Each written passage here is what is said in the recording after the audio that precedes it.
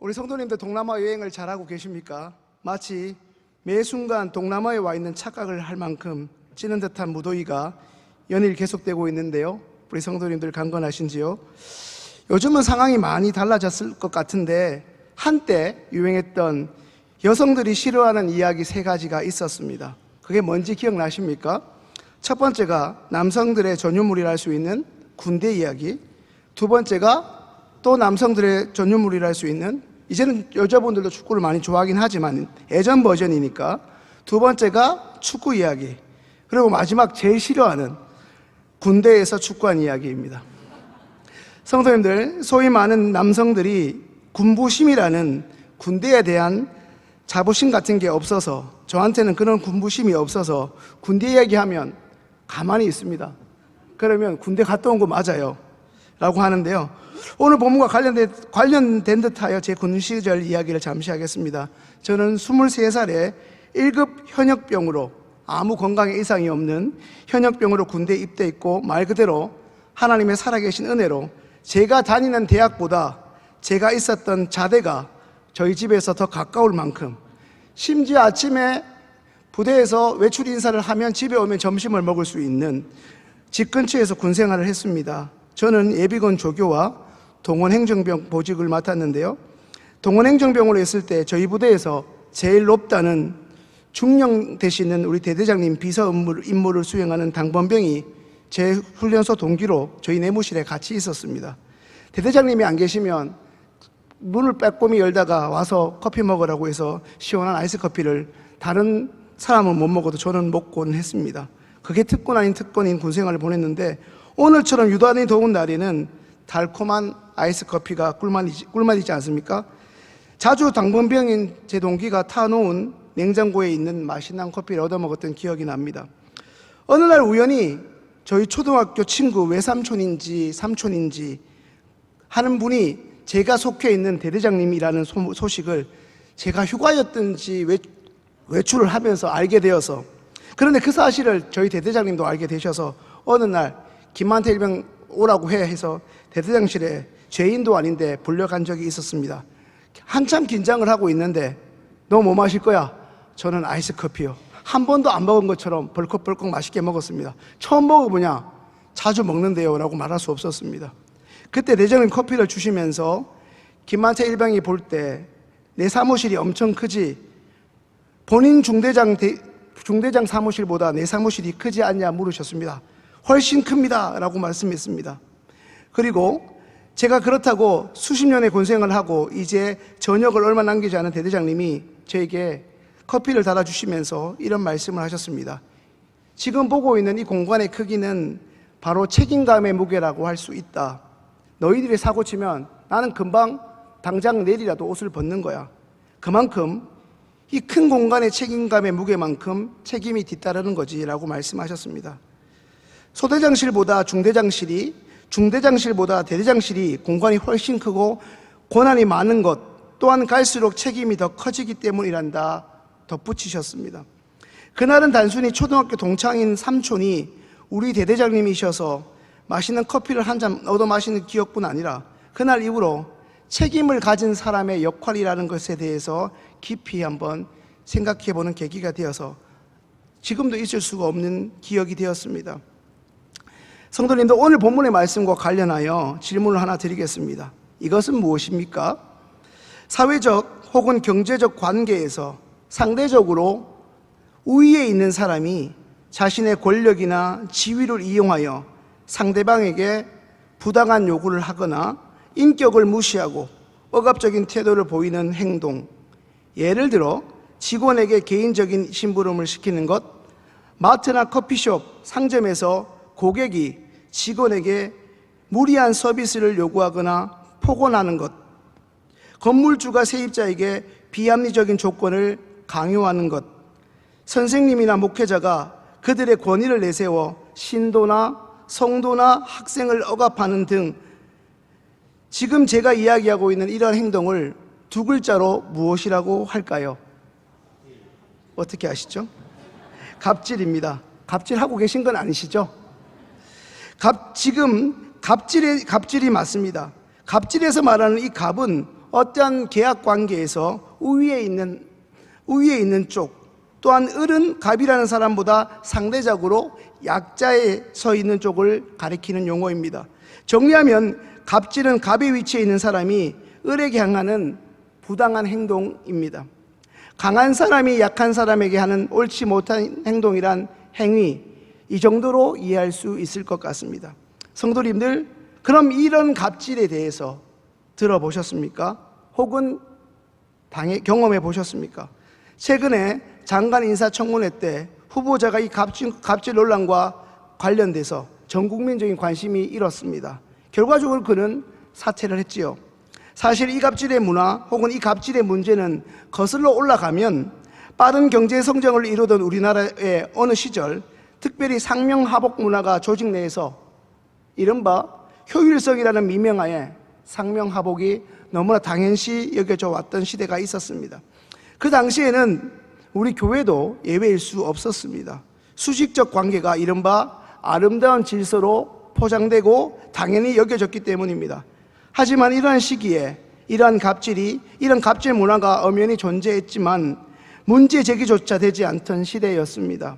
그러다 2000년대 초반 인터넷이 급속히 보급되고 동시에 시민의식이 성장되는 등 우리 사회가 급격히 변화되면서 이 갑질로 인한 개인의 피해 경험들이 서서히 인터넷 카페나 블로그를 통해서 조금씩 그리고 서서히 공유되기 시작했습니다.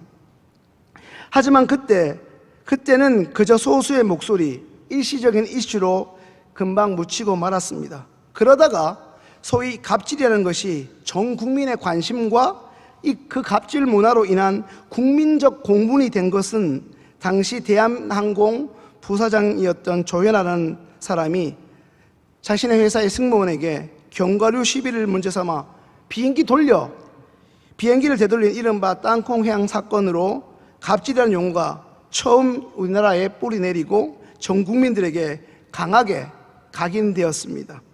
그로부터 이제는 갑질은 더 이상 일종의 문화가 아니라 극단적으로 말하면 범죄 혹은 개인에게 한 생명에게 가하는 일종의 인권 침해로 인식되고 있습니다. 그렇다면 성도님들, 단순히 요즘 사람들이 별나서 대두된 일종의 문화 흐름일까요? 왜 이 갑질이 오늘날 문제가 되는 것일까요? 이것은 단순히 한 개인이 또 다른 사람에게 가하는 예의 없는 행동을 넘어 한 인간에 대한 존엄과 그 두 사람이 함께 속해 있는 공동체의 발전과 건강성을 심각하게 해치는 구조적인 문제이면서 우리에게 익숙한 의미로 해석하면 그것은 심각한 죄악이기 때문입니다. 갑질이 심각한 구조적인 문제이자 죄악인 이유는 첫째, 나의 유익과 만족을 위해, 심지어 나의 이익을 위해 다른 사람을 그것을 이루기 위한 수단으로 여김으로써 하나님의 형상인 한 사람의 인격과 존재로서의 가치를 철저히 짓밟고 무시하는 행위이기 때문입니다. 두 번째는 관계의 왜곡이 일어나기 때문입니다. 이것은 나와 맞닥뜨리고 있는 한 사람과 대화하기보다는 그 사람의 어떤 위치를 이용해서, 특별히 갑인 위치인 사람이 자신의 위치를 이용하여 명령하고 상대를 향한 존중의 의미에서의 제한 대신에 일방적인 강요를, 그리고 상대를 소중한 존재로 여기고 내가 마음에 들지 않을 때 이해하고 용납하기보다는 내가 가진 어떤 고난을 가지고 일방적으로 통제하려는 욕구가 자리 잡기 때문입니다. 셋째는 누군가로부터 갑질을 당한 사람은 이내 자존감이 무너지고 무기력해지며 우울해지는 등 심리적, 정신적 피해를 입게 됩니다. 마지막 네 번째, 직장과 교회와 가정에서 이 갑질로 인해 공동체 구성원들 간의 신뢰가 무너져 어느새 소통이 장애가 생기고 결국 그 조직은 눈에 보이는 형식만 남게 되어 생명력을 잃어버리기 때문입니다. 이제 세상에서도 이와 같은 갑질은 용납될 수 없는 급격히 이전과 달라진 변화된 시대를 살아가는 오늘 우리는 이 문제를 어떻게 접근하며 해결할 수 있을까요? 오늘 본문 누가복음 6장 38절 말씀 함께 읽겠습니다. 주라 그리하면 너희에게 줄 것이니 곧 후이되어 누르고 흔들고 넘치도록 하여 너희에게 안겨주리라. 너희가 헤아리는 그 헤아림으로 너희도 헤아림을 도로 받을 것이니라. 아멘. 성도님들, 매일 매 순간 오늘처럼 이 예배당에서만이 아니라 예배당 밖에서도 그리스도인으로 살아가야만 하는 우리는 도대체 어떤 모습으로 살아가고 있습니까? 특별히 우리가 만나고 접하는 삶 속의 다양한 이들을 어떤 시각으로 바라보고 있으며 어떤 마음으로 그들을 대하고 있습니까?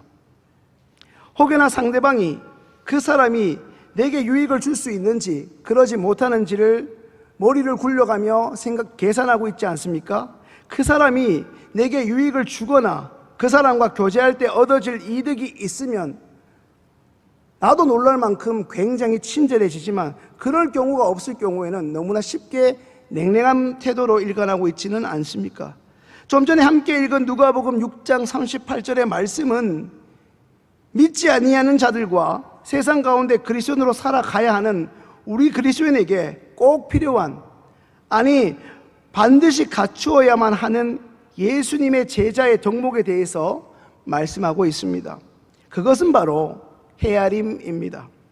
사전적 의미에서의 이 헤아림은 수량을 세거나 계산하다라는 의미이지만, 우리가 일상에서 훨씬 더 많이 중요하게 사용하고 있는 이 헤아림의 의미는 상대방의 입장이나 처지, 심지어 상대방의 감정, 그 마음을 깊이 이해하고 고려하는 태도를 가지고 있습니다. 성도님들, 정말 중요한 것은 성경에서 말하고 있는 이 헤아림의 의미, 이 헤아림을 오늘 우리에게 알려주고자 하는 예수님의 마음, 성경의 정신입니다. 하나님의 말씀은 이 헤아림을 우리에게 맡겨진, 우리가 접하고 있는 그 수많은 영혼 중에 그때그때 만나는 한 영혼을 하나님의 주신 마음, 하나님의 마음으로 그 한 사람의 깊은 속을 이해하고 품으려는 예수님을 닮은 인격적이고 신앙적인 태도를 말씀합니다. 성도님들, 하나님이 우리를 얼마나 사랑하시는지, 아니 얼마나 우리를 사랑하셨는지를 너무나 분명하게 보여주는, 지금 갖고 계신 성경을 보십시오. 성경의 수많은 사건들을 떠올려 보십시오. 예수님은 자격 없는 우리를 구원하시고자 이 땅에, 죄 많은 이 땅에 친히 내려오셨습니다. 예수님의 이적과 기적을 다루고 있는 신약 성경의 많은 부분은 오히려 예수님 당시 사회 구성원들로부터 사람 취급, 인간 이하의 대우를 받는 이들을 의도적으로 찾아가시고 고치시고 회복시키시며 천국 복음을 전해주시는 예수님의 수많은 이야기들로 가득하게 채워져 있지 않습니까? 성도님들, 그렇다면 오늘 이 자리에서 예배드리는 우리는 왜 예수님이 이처럼 이 헤아림의 마음으로, 이 헤아림의 시각으로 접근하며 그 헤아림을 삶의 모든 이들에게 실천하라고 말씀합니까? 이제 신명기 24장 18절 말씀 함께 읽겠습니다. 너는 애굽에서 종되었던 일과 내 하나님 여호와께서 너를 거기서 속량하신 것을 기억하라. 이러므로 내가 내게 이 일을 행하라 명하노라. 아멘. 방금 함께 읽은 신명기 말씀은 무엇을 의미합니까? 오늘날 노예가 어디 있겠습니까? 그렇다면 이 신명기 말씀은 무엇을 가리키고 있습니까? 우리가 이전에 종되었다, 한마디로 노예였다는 사실입니다. 세상의 종노릇하는, 죄의 종노릇하는 그런 노예였다는 것입니다. 하나님의 전적이고 강권적인 은혜가 아니면 그 노예의 속박에서, 노예의 근성에서 결코 벗어날 수가 없는 자가 바로 오늘 이 자리에 난 우리였다는 것입니다. 그런데 그 종노릇의 대가가 무엇이었습니까? 사망이었습니다. 누가 우리를 거기에서, 그 사망으로부터 건져주셨습니까? 바로 예수 그리스도이십니다. 또한 우리가 신명기 말씀에서 이전에 종되었다는 것은 이전에 우리의 연약함을 잊지 말고 똑똑히 그리고 낱낱이 기억하라는 의미입니다. 성도님들이 익숙한 표현으로는 개구리가 올챙이 쪽을 결코 잊어서는 안 된다는 말입니다. 성도님들, 한번 잘 생각해 보십시오. 오늘 여기 우리 박효신이 아니고 박효빈 전사님 같은 20대도 계시고 그리고 80대도 계십니다. 우리가 매주부터 지금까지, 이전부터 지금까지 늘 신앙이 좋았다고 착했다고 생각하십니까? 우리는 어찌 보면 예배가 너무나 불편한 사람이지 않았습니까? 우리가 분명히 연약하고 완악했으며 삐뚤어진 우리를 용납해주고 기다려주며 하나님의 말씀이 어떤 것인지를 알려주고 끊임없이 우리에게 다가와 기도해 주었던 우리의 신앙의 선배, 지금 성경학교가 계속해서 진행 중인데 마치 교회학교 교사와 같은 선생님들의 역할이 없었다면, 믿음의 부모와 신앙의 선배가 없었다면 끝간데 없이 교만하고 거칠었던 우리에게 끊임없이 예수님의 마음으로 다가와 주고 품어주었던, 오늘의 본문의 표현으로 우리를 헤아려 주었던 수많은 사람들, 이제는 가물가물한 그들의 귀한 수고가 없었다면 오늘 우리가 이렇게 멋진 모습으로 이 자리에 설 수 있었을까요? 그것을 결코 잊지 말라는 것입니다. 마치 우리 어머님들, 아버님들이 그런 말을 하지 않습니까? 저도 요즘 이제 아이들이 사춘기니까 그런 말 합니다. 네 혼자 큰 것처럼 착각하지 마라. 분명 우리는 누군가의 보살핌과 헤아림 가운데 이 자리에 있는 것입니다. 오늘 우리가 이전에 바로 그런 존재였음을 잊지 말고, 지금 내가 이전보다 사회적 지위나 권력, 인기, 명예가 커졌다고 해서 나의 존재감을 그 고난에 기대어서 과시하거나 더 나아가 상대방을 위축시키거나 상대방을 무시하지 말라는 경고입니다. 결코 남을 업신여기지 말라는 것입니다. 오히려 하나님이 여러분 성도님들에게 건강을 주셨습니까? 상대적으로 많은 부를 주셨습니까? 왜 그렇게 주셨다고 생각하십니까? 그것은 더 많이 섬기고 물질의 어려움으로 고통받는 이들을 헤아리고 주님의 마음으로 다가가라는 것이 아니겠습니까? 말씀 초기에 제 군대 시절 대대장님 이야기를 해드렸던 것을 기억하십니까? 오늘 우리가 누구 덕분에, 누구의 은혜로 이 자리에 서게 되었습니까? 지난 3주간 주일 예배마다 듣고 있는 이 에스더의 표현으로 하자면, 보이지 않는 하나님, 그러나 존재하시는 하나님의 은혜와 예수님의 순간순간 우리를 향한 헤아려 주시는 사랑으로 인하여 오늘 우리가 세상으로 향하지 않고 하나님을 예배하는 이 자리에 있게 된 것으로 믿습니다. 이제 말씀을 정리합니다. 사랑하는 성도님들, 하나님이 왜 우리에게 건강과 물질과 우리에게 주어진 삶의 모든 축복들을 허락하셨겠습니까? 너희가 종되었을 때, 저는 그 표현을 이렇게 표현합니다. 너희가 사람 구실 못했던 그 어처구니 없는 그 시절을 잊지 말라는 것입니다. 우리에게 건강과 물질과 이 모든 것들, 그 각양 은사를 주신 이유는 지금 우리 주변에 이전에 우리가 곤고한 시절을 겪었던 것처럼 너무나 힘든 고통의 순간을 경험하고 있을 그들에게 네가 할 수 있는 대로 찾아가 위로하고 그를 세워주라는 의미이며 사명인 것입니다. 그들에게 보이지 않으나 존재하시는 예수님의 헤아림으로 다가가 그들에게 하나님의 살아계심을 증명해내라는 것입니다. 사랑하는 성도님들, 갑질이 여전히 암암리에 교묘히 우리의 삶 가운데 여전히 가득한 이때, 그러나 저 악한 세상마저도 갑질이 틀렸다, 잘못된 것이라며 갑질하는 사람들로 하여금 지탄하는 이때에 이 갑질 문화의 흐름 속에 우리는 어떻게 살아가야겠습니까? 그 흐름 속에 우리가 선한 영향력을 끼칠 유일한 비결은 오늘 말씀을 비롯하여 숱한 주일 예배를 통해 들려주시는 하나님의 말씀을 따라 그 말씀대로 사셨던, 그 말씀으로 성육신하셨던 예수 그리스도의 길을 따라 걷는 것일 것입니다. 그 길은 오늘 본문에서 말씀하시는 헤아림을 실천하는 자들을 통해, 헤아림을 실천하고자 우리의 물질과 우리의 손과 발을 걷어붙이고 삶으로 나아가 우리의 실천의 삶을 통해 예수님을 증거하는 손길을 통해 이전보다 훨씬 더 우리의 삶의 자리에서 하나님의 영광이 직접적으로 나타날 줄로 믿습니다. 기도드리겠습니다.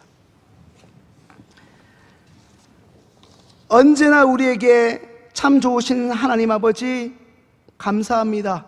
무더운 여름날에도 하나님 오전 예배 드렸다고 금세 우리의 가정으로 돌아가지 않고 거칠고 험한 세상을 말씀으로 이기고자 한 번 더 말씀을 들어 세상 속에서 빛된 존재로 살아가겠다고 다짐하는 하나님의 아들, 딸들을 기억하시고 이제 말씀을 듣기만 하여 자신을 속이는 인생들이 아닌 작지만 연약하고 흔들리겠으나 그럼에도 불구하고 들은 말씀 한 자락이라도 삶의 한 구절 예수 그리스도의 헤아림으로 살아가는 복된 존재들로 인하여 하나님의 살아계심이 우리 주변의 사람들에게 증명되고 인식될 수 있는 복된 일주일 되게 하여 주옵소서.